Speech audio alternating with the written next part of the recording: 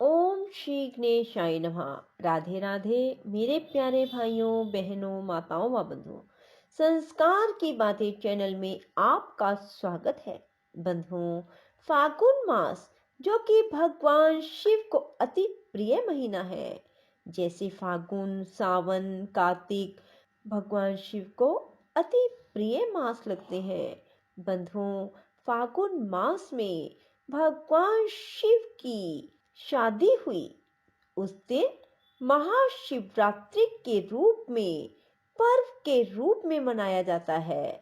बंधुओं, कहा जाता है जो मनुष्य भी फागुन मास में भगवान शिव के सोमवार को व्रत रखते हैं, उनकी हर मनोवांछित इच्छा पूरी होती है। बंधुओं, फागुन मास में भगवान शिव से आप अपनी हर इच्छा पूरी करवा सकते हैं। करना क्या है? हो सके तो फागुन मास में सोमवार के दिन भगवान शिव के निमित्त व्रत रखें। भगवान शिव की सोमवार की कथा सुने, भगवान शिव के स्तोत्र सुने। भगवान शिव का दूध से या दूध से नहीं कर सकते तो जल से ही अभिषेक करें। ये सब पूर्ण विश्वास और सच्ची निष्ठा के साथ करें। बंधुओं, हो सके तो शाम के समय शिवालय में जाकर, जो कि आपके घर के पास हो, भगवान शिव के समक्ष शुद्ध घी का दीपक जगाएं और आरती करें। उसके बाद कपूर गौरम करुणावतारम संसार सारम भुजगेंद्रहारम सदा बसंतम हृदयारविंदे भवम भवानी सहितम नमामि, ऐसा अवश्य बोले। बंधुओं, देखना फागुन मास में ही आपकी इच्छाएं कैसे पूरी होंगी। बंधुओं, विश्वास को मन से मिटने मत देना। ऐसा मत सोचना कि हम तो ये भी करते हैं, वो भी करते हैं, पर फिर भी हमारे काम नहीं बनते। बंधुओं, जब पूर्ण विश्वास होगा तो भगवान शिव शीघ्र अपने भक्तों की हर इच्छा पूरी कर देते हैं। बंधुओं, आज मैं आपके लिए लाई हूँ फागुन मास में सोमवार के दिन सुनी जाने वाली सोमवार की व्रत कथा। बंधुओं, फागुन मास में यदि आप सोमवार के व्रत नहीं कर पा रहे तो सोमवार व्रत कथा अवश्य सुने।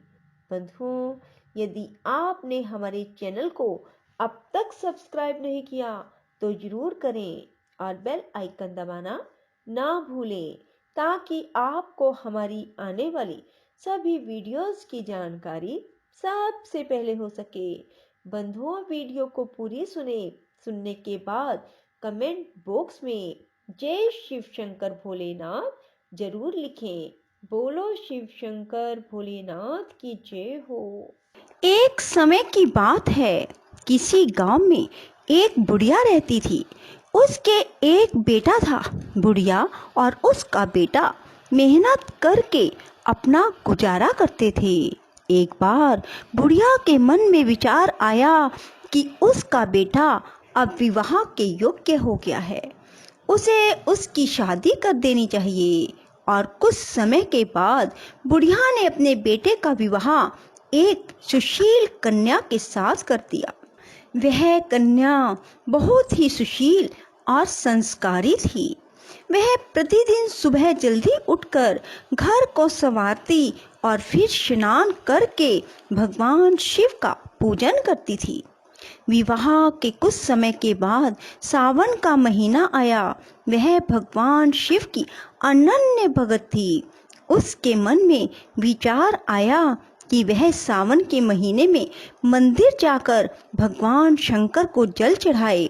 और उसने अपनी सास से कहा कि माँ जी, सावन का महीना शुरू हो गया है, मेरी इच्छा है कि मैं मंदिर में जाकर भगवान शिव को जल चढ़ाऊं और वहां ही पूजा करूं। बुढ़िया ने साफ मना कर दिया और बोली कि जितनी देर में तुम मंदिर जाओगी और आओगी इतने में तो घर का सारा काम हो जाएगा, इसलिए घर में रहकर ही भगवान की पूजा करो। सास की बात सुनकर बहू उदास हो गई और अपने कार्यों में लग गई। तभी बहू कुएं पर पानी भरने के लिए चली गई तो उसने देखा कि गांव की लड़कियां पूजा की थाली सजाकर मंदिर की ओर जा रही हैं।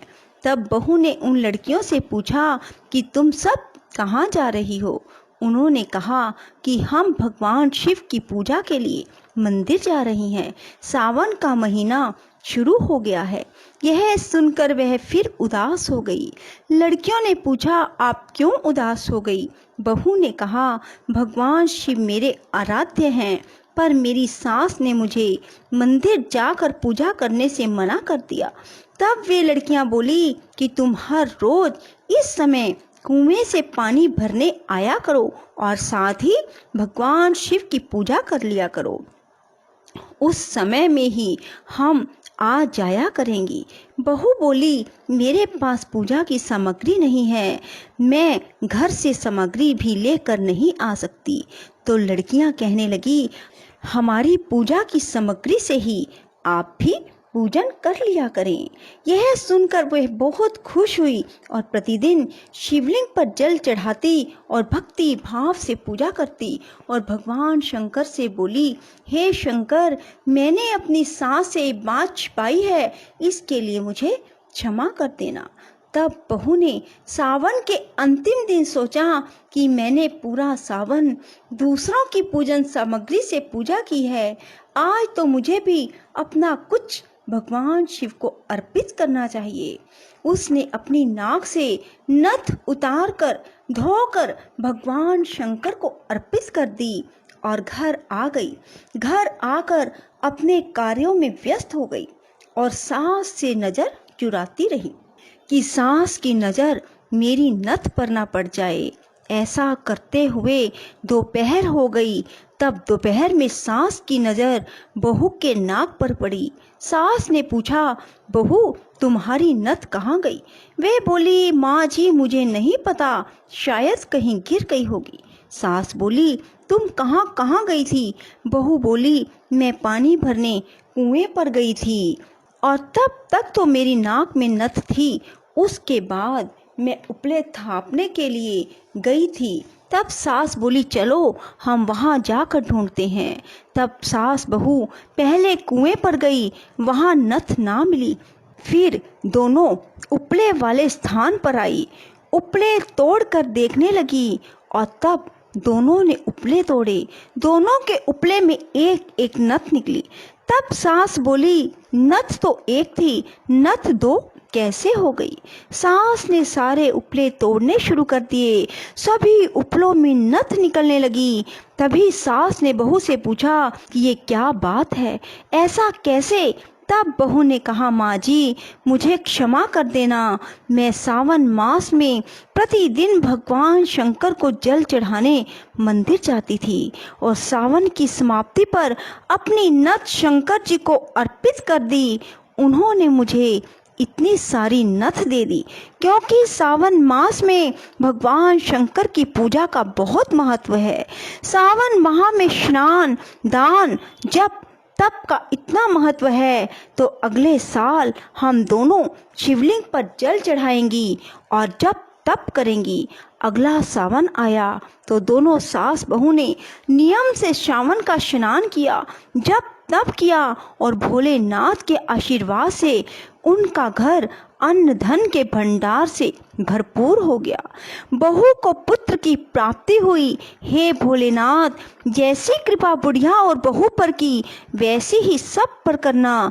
जो कहानी को सुने उन पर भी और जो हुंकारा भरे उन पर भी करना। बोलो शिव शंकर भोलेनाथ की जय हो, माँ पार्वती की जय हो। राधे राधे, जय श्री कृष्णा। बंधुओं, यदि आपको हमारी वीडियो पसंद आए तो इसे लाइक करें और शेयर भी जरूर करें। धन्यवाद।